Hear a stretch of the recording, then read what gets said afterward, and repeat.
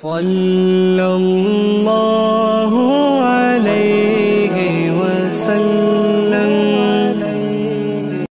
کسی صاحب نے بڑی مجبوری میں ایک دن اپنے بچے سے کہہ دیا، وہ باہر آیا تھا بندہ پیسے لینے، اس کا قرض دینا تھا، تنگ دستی تھی، مجبوری تھی، تو اس نے کہا بیٹا ادھر آ۔ اسے جا کے کہا ابو گھر نہیں۔ آپ نے ایک دفعہ کہا، پھر آپ ساری زندگی روئیں گے کہ پتر میرے ساتھ تو سچ بولا کرنا، لیکن وہ نہیں بولے گا۔ یہ جھوٹ اتنی بڑی مصیبت ہے۔ عورت اپنے شوہر سے کہتی ہے پیسے تھوڑے دے دیا کر، جوڑے ایک میں گزارا کر لوں گی، میرے ساتھ سچ تو بولنا، وہ سچ تو بول۔ تو اگر لاہور جاتا ہے تو مجھے لاہور کا ہی بتا کے جا، میرا رشتہ پیسوں سے نہیں اعتماد سے جڑا ہے۔ ماں کہتی ہے ماں بیٹے سے، پتر سچی بات تھوڑی کر لیا کر، سچی کیا کر۔ سچ ختم ہو گیا۔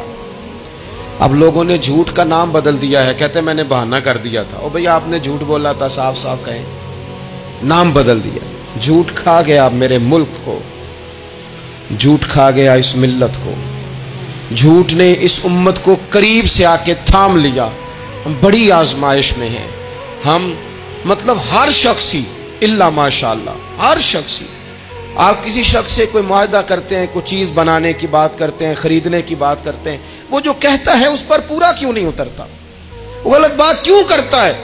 میرے نبی پاک علیہ السلام سے پوچھا گیا مومن بزدل ہوتا ہے؟ حضور نے فرمایا ہو جاتا ہے، کبھی یہ غلطی آ جاتی ہے۔ حضور مومن کنجوس ہوتا ہے؟ فرمایا کبھی ہو جاتا ہے۔ یا رسول اللہ مومن جھوٹا بھی ہوتا ہے؟ تو میرے رسول فرمانے لگے نہیں، میرا کلمہ پڑھنے والا ساری غلطیاں کر سکتا ہے، میرا مومن جھوٹ نہیں بولا کرتا۔ مومن جھوٹ۔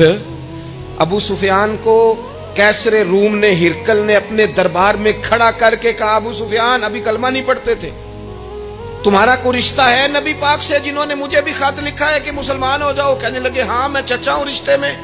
کہا وہ کیسے ہیں پیغمبر؟ تو ابو سفیان کہتے ہیں چونکہ میں مخالف تھا، میں نے وہ ساری باتیں کی جو ہم ان کے خلاف کرتے تھے۔ اس نے آخری بات پوچھی، اس نے کہا ابو سفیان یہ بتا کہ وہ جنہوں نے اعلان نبوت کیا ہے کیا کبھی انہوں نے جھوٹ بھی بولا ہے؟ ابو سفیان کہتے ہیں کہ ایک منٹ کے لیے میں نے کہا کہہ دوں، مخالفت تھی نا، تو پھر میں نے سوچا یہ تو عرب کی وزاداری کے خلاف ہے، عرب میں سے تو کوئی جھوٹ بولنا پسند ہی نہیں کرتا، اور پھر میں اگر حضور کو معاذ اللہ جادوگر شاعر کہوں گا تو شاید کسی کو ایک منٹ کے لیے متوجہ کر سکوں، اور نبی پاک نے جھوٹ بولا ہے، یہ تو مانے گا ہی کوئی نہیں۔ کہتے ہیں بادشاہ نے پھر زور دے کے کہا سردار بتاتے کیوں نہیں، کیا کبھی انہوں نے جھوٹ بھی بولا ہے؟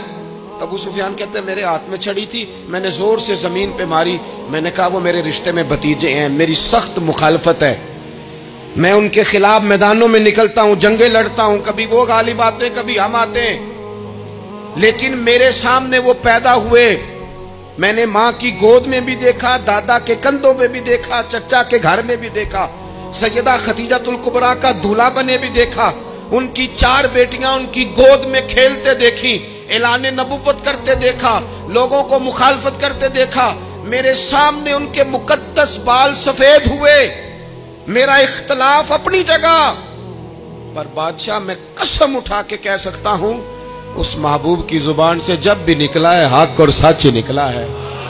اسیر دشمن کی چاہ میں بھی، وہ مخالفوں کی نگاہ میں بھی امی ہے، صادق ہے، معتبر ہے، میرا پیغمبر عظیم تر ہے، میرا پیغمبر عظیم تر ہے، میرا پیغمبر عظیم تر ہے۔ جھوٹ نہیں کبھی حضور نے بولا۔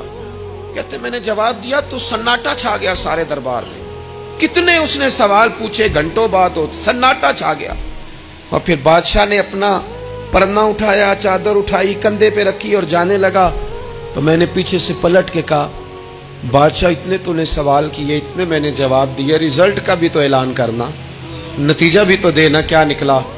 تو کہتے ہیں وہ جا رہا تھا، وہیں کھڑے کھڑے اس نے چہرہ میری طرف پھیرا اور کہنے لگا سردار نتیجہ تو نکل آیا ہے، رزلٹ تو نکل آیا۔ جس بندے نے کبھی بندوں سے جھوٹ نہیں بولا وہ یہ جھوٹ کیوں بولے گا کہ میں اللہ کا رسول بن کے آیا ہوں؟ نتیجہ تو نکل آیا، بات تو کلیئر ہو گئی، اب آگے کیا جانا ہے؟